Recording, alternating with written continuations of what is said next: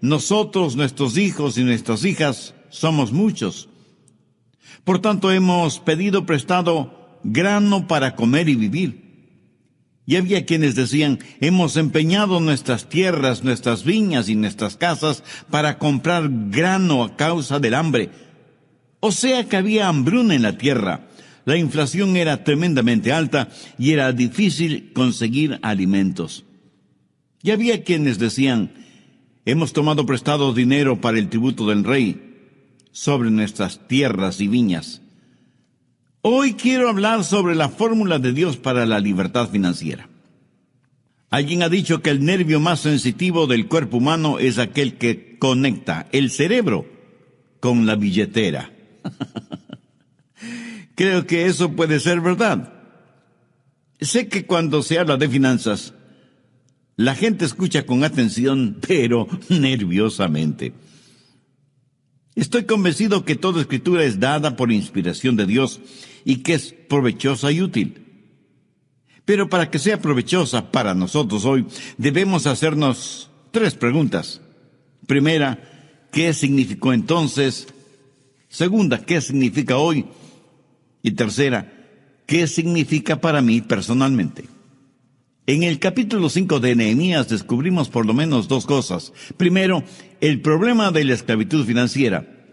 Y segundo, los principios de la libertad financiera. Veamos primero la esclavitud financiera de la gente en tiempos de Nehemías. Algunas personas dicen que la Biblia está pasada de moda. Pero solo el leer los primeros versos de Nehemías 5 es como estar leyendo las noticias financieras en cualquier periódico del mundo actual. Note 3 cosas en lenguaje moderno. Primero, luchas, problemas y divisiones en el mundo financiero. Segundo, había escasez de productos y los que había eran muy caros y era difícil conseguirlos, aún en el mercado negro. Tercero, la gente estaba hipotecando sus propiedades por segunda o tercera vez para tener dinero para comprar alimentos. ¿No le parece esto un fidedigno retrato de lo que nos sucede en la actualidad? Estamos hablando de depresión, de esclavitud financiera, cuando usted tiene que hipotecar su casa para poder alimentar a su familia. Pero no solo eso, sino que estaban ahogados en deudas. Mire Nehemías 5:4. Y había quienes decían, hemos tomado prestado dinero para el tributo del rey. O sea, tuvieron que endeudarse para pagar sus impuestos. ¿Se imagina? Pedir dinero prestado para pagar impuestos.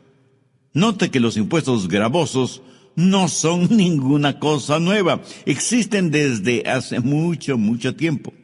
Impuestos altos y deudas muy grandes.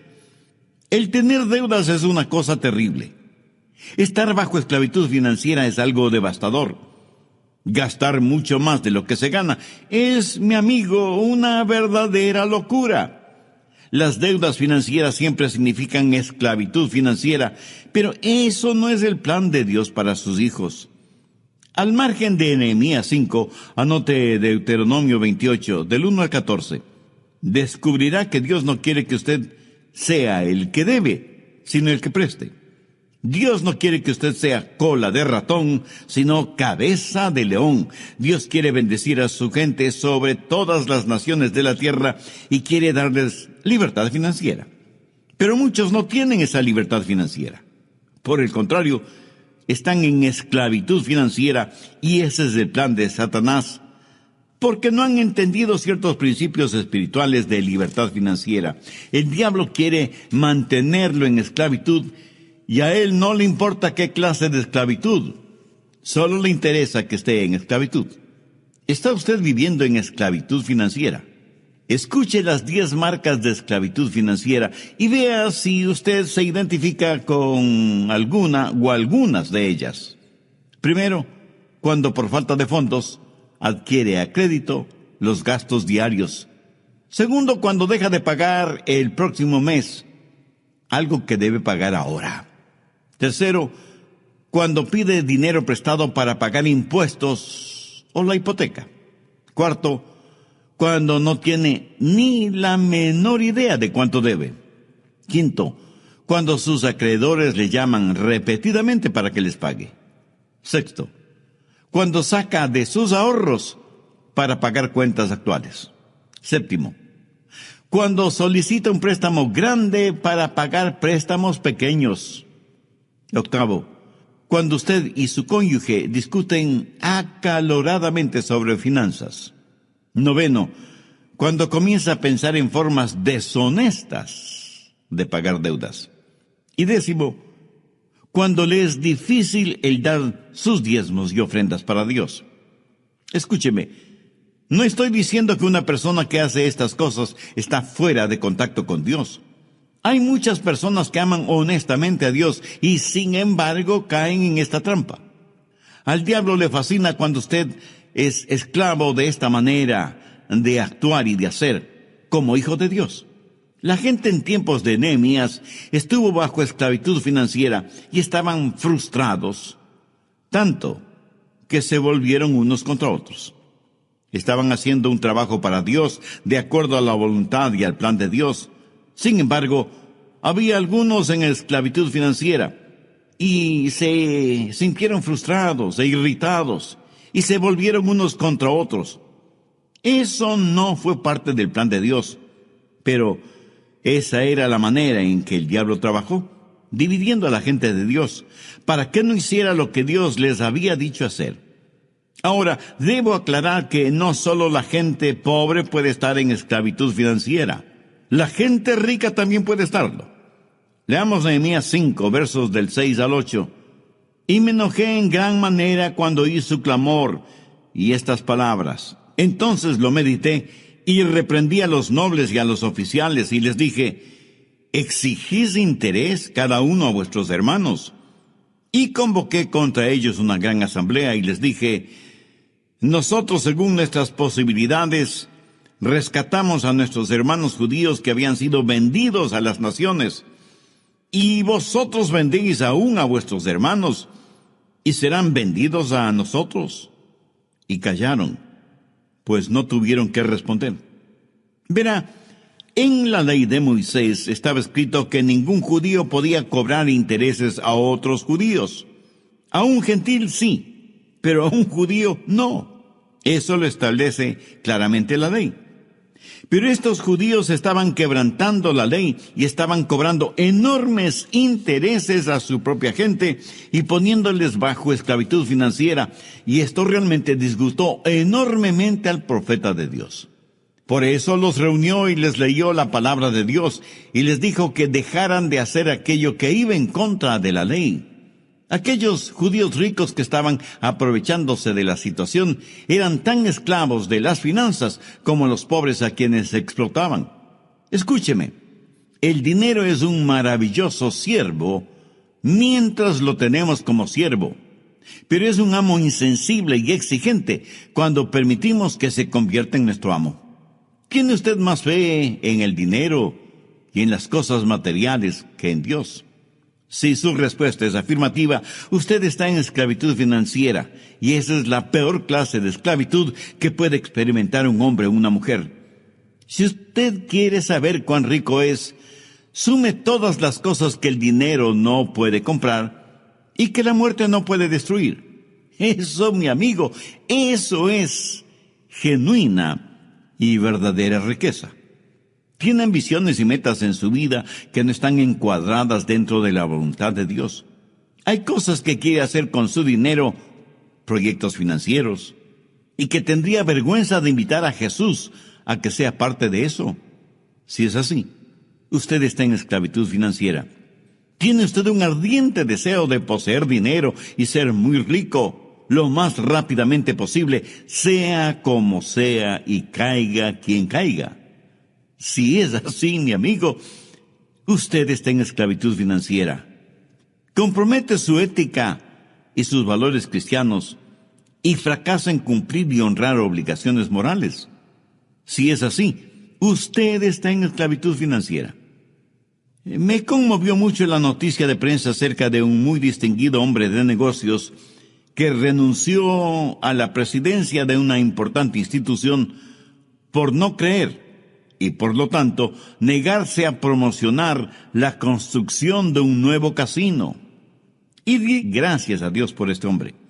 Y aunque la institución tenía legalizados todos los papeles, o sea que estaba actuando dentro de los parámetros de la ley, este hombre tuvo firmes y fuertes convicciones espirituales, morales y éticas como para no querer ser parte de eso y prefirió renunciar. Por supuesto, le aceptaron la renuncia. Alguna gente muy pobre está en esclavitud financiera. Alguna gente muy rica está en esclavitud financiera. El diablo las tiene a todas. A los primeros los esclaviza por la falta de dinero y a los segundos los esclaviza por el exceso de dinero. Nehemías estaba realmente enojado con los judíos ricos y los nobles que estaban extorsionando a sus propios hermanos. Y en el verso 14 les llama la atención para que vean cómo él vivía. Nehemías no fue la clase de líder que dice: no hagan lo que yo hago, hagan lo que yo digo. Él fue la clase de líder que, como el apóstol Pablo, pudo decir: seguidme, porque yo sigo a Cristo. Veamos cómo vivió este gran líder, este gran hombre de Dios, Nehemías. Y hay algunos principios que quiero que veamos juntos. Creo que son magníficos principios porque son principios para la libertad financiera. Y cada hijo de Dios debe estar financieramente libre, porque Pablo dice en Filipenses 4:19, mi Dios pues suplirá todo lo que os falte conforme a sus riquezas en gloria en Cristo Jesús. Bien, veamos primero el principio de prioridad. Nehemías 5, versos 14 y 15. También desde el día que me mandó el rey que fuese gobernador de ellos en la tierra de Judá, desde el año 20 del rey Artajerjes hasta el año 32, 12 años, ni yo ni mis hermanos comimos el pan del gobernador. Pero los primeros gobernadores que fueron antes de mí abrumaron al pueblo y tomaron de ellos por el pan y por el vino más de 40 siclos de plata. Y aun sus criados se enseñoreaban del pueblo. Pero yo no hice así a causa del temor de Dios. Aquí Nehemías dice que, habiendo sido nombrado gobernador de ese territorio por el mismo rey Artajerjes, tenía todo el derecho de cobrar impuestos al pueblo para cubrir sus necesidades personales. O sea, tenía derecho a un salario, tal y como los anteriores gobernadores lo habían hecho. Pero note lo que Nehemías dijo: pero yo no lo hice así, a causa del temor a Dios. Nehemías tenía ciertos derechos, privilegios y prerrogativas, pero él no los utilizó. Él se rehusó a tomar lo que por derecho le pertenecía, por temor a Dios. ¿Qué quiso decir con eso?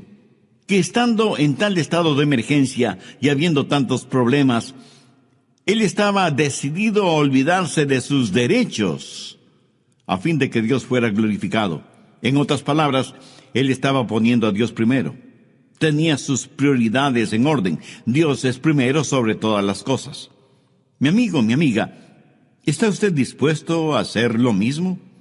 ¿Dispuesto a poner de lado sus derechos financieros y darle el primer lugar a Dios?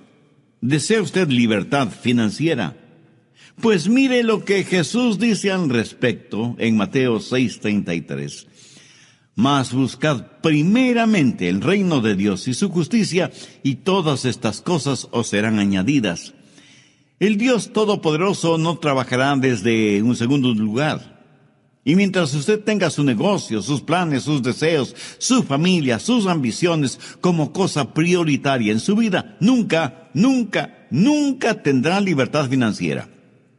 Pero Jesús ha prometido que si usted tiene sus prioridades con Dios como la primerísima prioridad y busca primero el reino de Dios y su justicia, todas las cosas correctas que anhela le serán concedidas. Ese es el principio de prioridad. Nehemías miró a las cosas que pudo haber hecho o tenido, pero no las quiso ni las tuvo porque quería glorificar a Dios. El temor de Dios, la voluntad de Dios, significó más para él que ninguna otra cosa. Si el dinero es su meta, si el dinero es su Dios, usted nunca tendrá libertad financiera.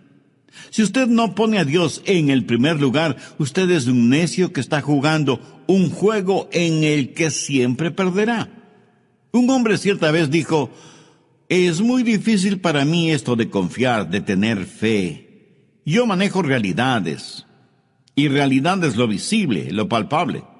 Bueno, sí y no. ¿Es su casa real? ¿O los muebles, o la ropa, o las flores, etcétera, etcétera? Son cosas reales en el sentido de que las vemos y están ahí, pero no son reales en el sentido de permanencia, porque no duran para siempre. Veamos 2 Corintios 4:18. No mirando nosotros las cosas que se ven, sino las que no se ven, pues las cosas que se ven son temporales, pero las que no se ven son eternas. La realidad no está en aquello que usted puede ver, palpar, gustar o sentir. La única realidad está en Dios. Amigo, si usted pone su confianza en las cosas que puede ver, tocar y saborear y sentir y contar, está viviendo en un mundo ilusorio. Las cosas que se ven son temporales, las cosas que no se ven son eternas. Y cuando Dios es nuestra prioridad número uno, es que estamos en contacto con la realidad. Voy a resumir brevemente lo que vimos en el programa anterior. Recuerde que estamos estudiando la vida de Nehemías, especialmente con lo que tiene que ver la reconstrucción del muro y de las puertas de la ciudad de Jerusalén. Estamos en el capítulo 5 de Nehemías. No se olvide que él era gobernador en el reino de Artajerjes en Persia y había escuchado de labios de aquellos que venían desde Jerusalén cómo la muralla y las puertas de la ciudad estaban destruidas. Nehemías, siendo un judío y hombre de Dios, sintió que su responsabilidad era hacer algo por su ciudad. Y como líder, convocó a los judíos para que le ayudaran en esa tarea. ¿Cómo vivió este gran hombre de Dios y extraordinario líder? En su vida hay algunos principios que quiero que los veamos juntos, porque creo que son magníficos principios para la libertad financiera. Y al término del programa anterior vimos el primer principio, el principio de la prioridad, o sea, tener como primerísima prioridad a Dios. Ni posición política, ni bienes materiales, absolutamente nada debe ocupar ese primer lugar que solo le pertenece a Dios. Y aunque Nehemías prestaba sus servicios como gobernador en un reino terrenal, era súbdito de un rey y un reino celestial. Entonces, el primer principio fue el principio de prioridad. Segundo, el principio de industriosidad o de laboriosidad. Nehemías 5:16. También en la obra de este muro restauré mi parte. Si su meta es tener suficiente dinero en el banco para no tener que trabajar más, es que no he entendido de qué se trata la vida. Sabe que hay miles de personas que han hecho arreglos para no tener que trabajar nunca más. Sabe que la Biblia dice que hay que trabajar 6 días, pero también dice que hay que descansar. ¿Sabe por qué muchos no tienen libertad financiera? Porque piensan que trabajo es una mala palabra. En serio. Algunas personas no reconocen una oportunidad porque viene con ropa de trabajo. Hay mucha gente, aún en círculos religiosos, que buscan posiciones importantes, pero que no signifiquen demasiado trabajo. Y detrás del deseo de muchas personas de ganar miles o millones en diferentes loterías o en los casinos, está el anhelo de tener mucho dinero para no tener que trabajar. Se olvidan que significa aún más trabajo el cuidar el dinero. Nehemías financieramente estaba muy bien, debido a su alto cargo en el gobierno del rey, pero no tuvo ninguna vacilación de ir hasta Jerusalén y ponerse ropa de trabajo para reconstruir el muro. ¿Sabe cuál es el verdadero problema, especialmente en países desarrollados, afluentes y ricos? Que muchas personas viven exclusivamente de la ayuda que les da el gobierno.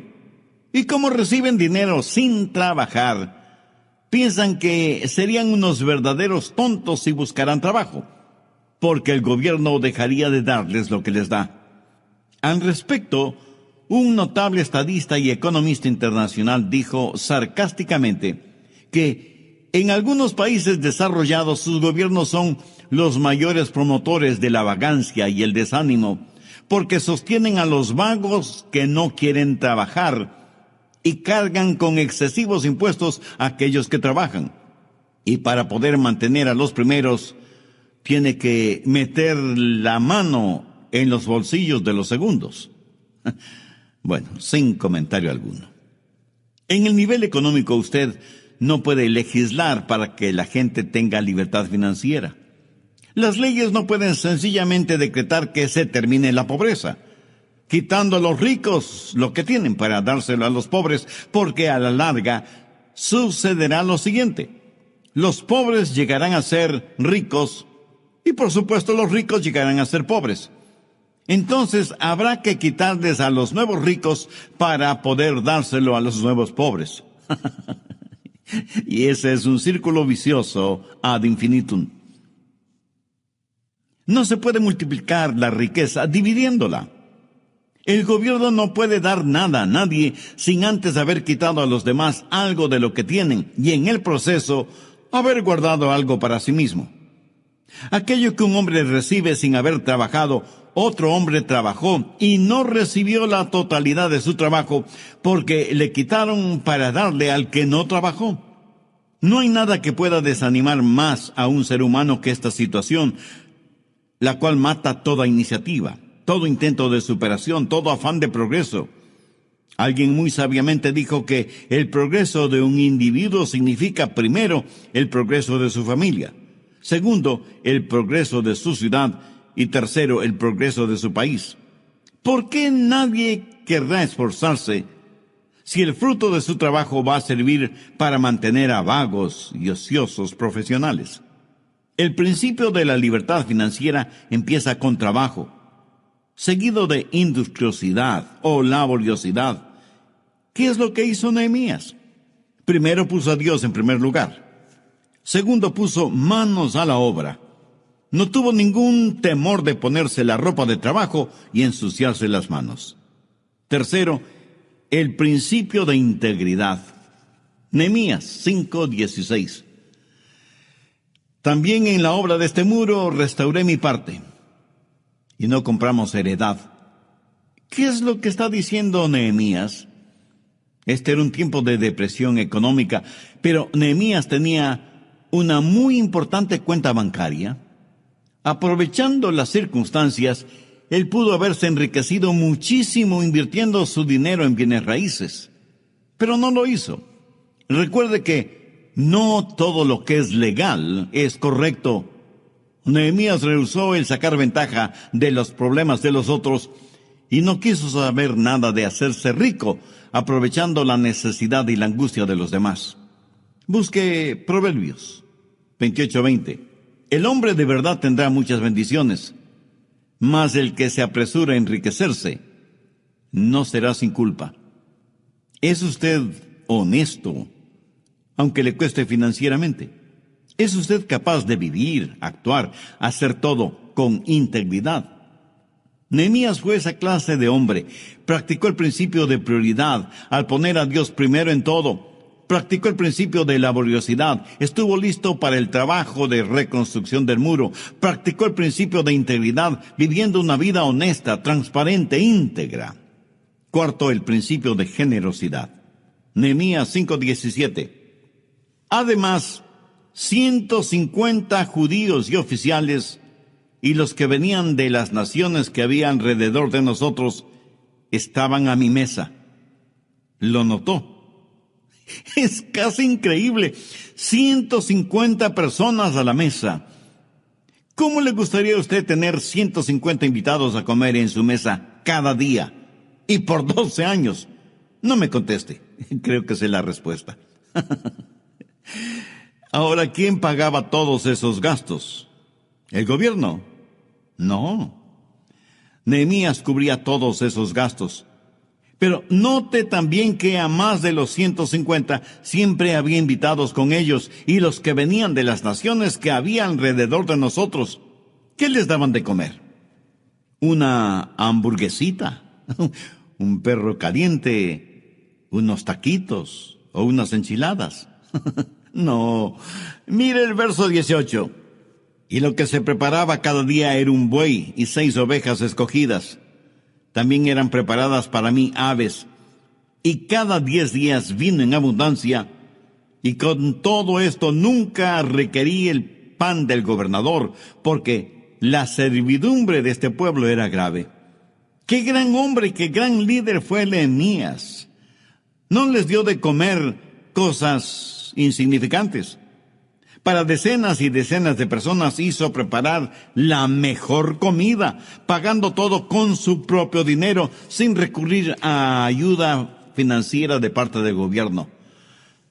Obviamente, Nehemías debió haber sido un hombre muy, muy rico. Pero el asunto importante es que él había aprendido lo que cientos de años después dijera el apóstol Pablo: más bienaventurado es dar que recibir.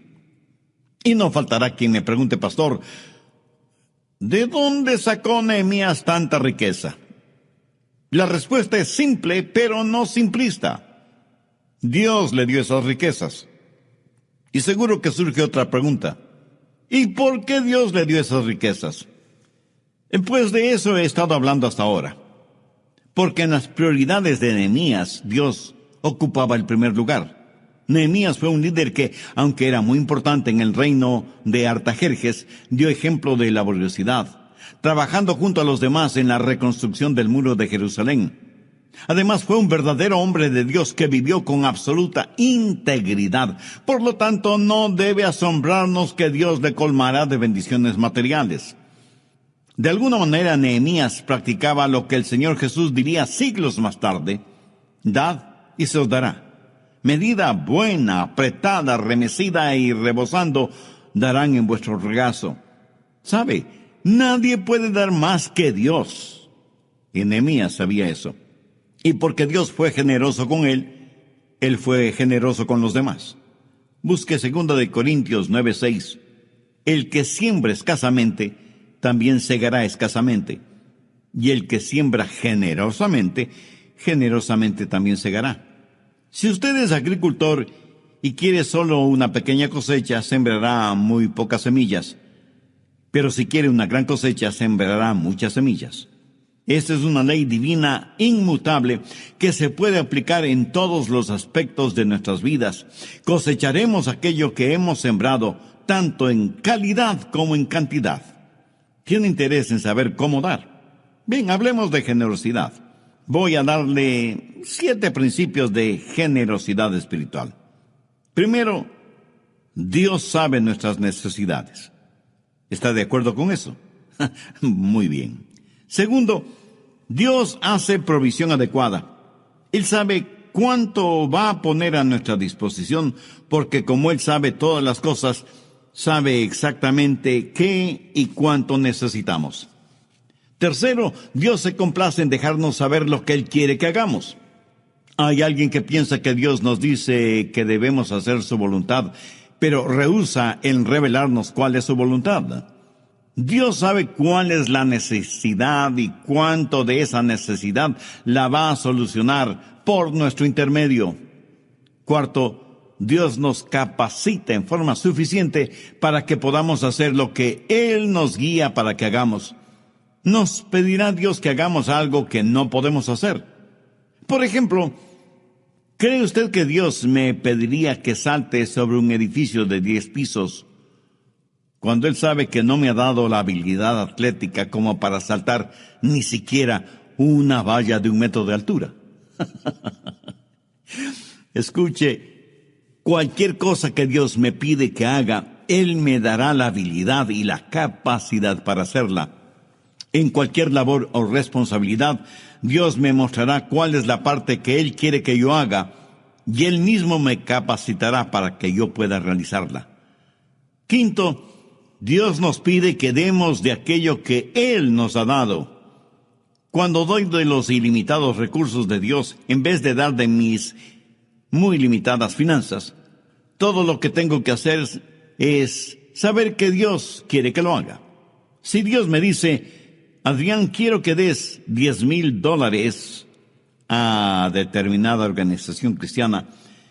Yo probablemente tragaré saliva 10,000 veces, pero le puedo asegurar lo siguiente.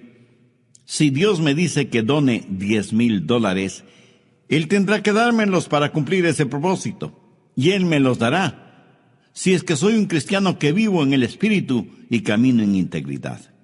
Sexto, dar generosamente requiere el poder de Dios. Usted no puede hablar de este tema con los no creyentes. A veces es difícil hablar de esto hasta con los creyentes, se lo aseguro. El dar generosamente solo es posible cuando dejamos que la presencia y el poder de Dios estén presentes.